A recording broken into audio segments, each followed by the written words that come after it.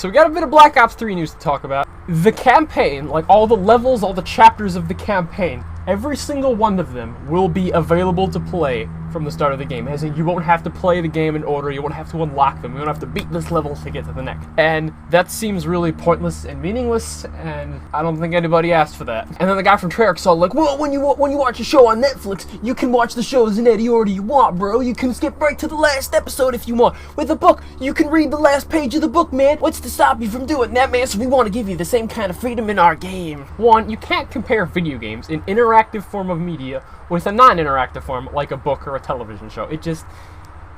It's completely different. And then, yeah, sure, you could read the last page of the book, but nobody does. And the idea they presented was like, say you're playing level 2, and you're getting stuck on it, and then you put it off, and then some guy at work says, oh man, you gotta check out level 4. And he's like, alright, fine, so you can just skip right to level 4 and play that. And that's a really manufactured example, and that would never happen in real life. But I watched Total Biscuit's video, and he's in defense of this, and he's saying like, well, one, it doesn't really hurt you at all, not being able, it doesn't affect you, it's a single player game. Other people being able to skip around will not affect how you play it. And that's wrong, it does. The whole point of video games is the challenge. You have to beat this to get to the next thing, and then you're like, I earned it, I feel accomplished, great for me, and then I have a new challenge to accomplish. I know, not everybody plays video games for the challenge, that's okay, but that's what the easy difficulty is for. If the easy difficulty is too hard, and you get stuck, the game developers have failed. I think Cliffy B said that one time. Imagine something like this in Dark Souls. If I'm fighting Ornstein and Smo, and I'm just like, you know what, I don't want to do this anymore, I'm gonna skip it. I haven't grown at all, I haven't accomplished anything, I'll just feel incomplete about myself, and then I haven't really beaten the game. My little sister, who plays like Nintendo games and stuff on her 3DS, I finally got her into Dark Souls, and she was fighting Capra Demon, and she was just getting her ass handed to her. Just do this, make as few mistakes as possible, keep it up, and you'll do it. And she's fighting him over and over, and she's like, I hate this sucks, I don't want to play Dark Souls anymore. But then I'm sitting at the computer, she comes running at me screaming, Wesley, I beat Capra Demon! You can't get that kind of feeling anywhere else. Or, I guess that's not true, I guess like sports and people who win Olympic gold medals go, yes, I beat it.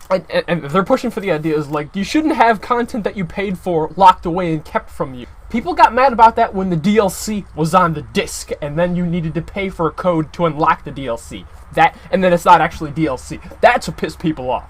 Okay, completely different. Granted, I will be renting Black Ops 3 to try to beat the whole campaign in 1 week, and then I'll review the game as a whole. If I feel tempted to use the skip feature, I'll let you know. So also, if you did not know, there will be no single-player campaign on Xbox 360 and PS3. This is where we get into more trouble, because one, it's just the sign that last gen is barely holding on as it is, and everybody, please upgrade to PS4 and Xbox One. It's bad because if they charge $60 for this, you're paying the same price, and they're giving you less for it, and that's bullshit. Alright, some people play the campaign, alright? It's not all just about the multiplayer. I played the campaigns for a while until Ghosts, and the average consumer does not follow IGN and look at all these stories and hear about stuff like this. The average person walks into GameStop, buys Call of Duty for $60, and expects there to be a campaign, and when there isn't, they're gonna be pissed.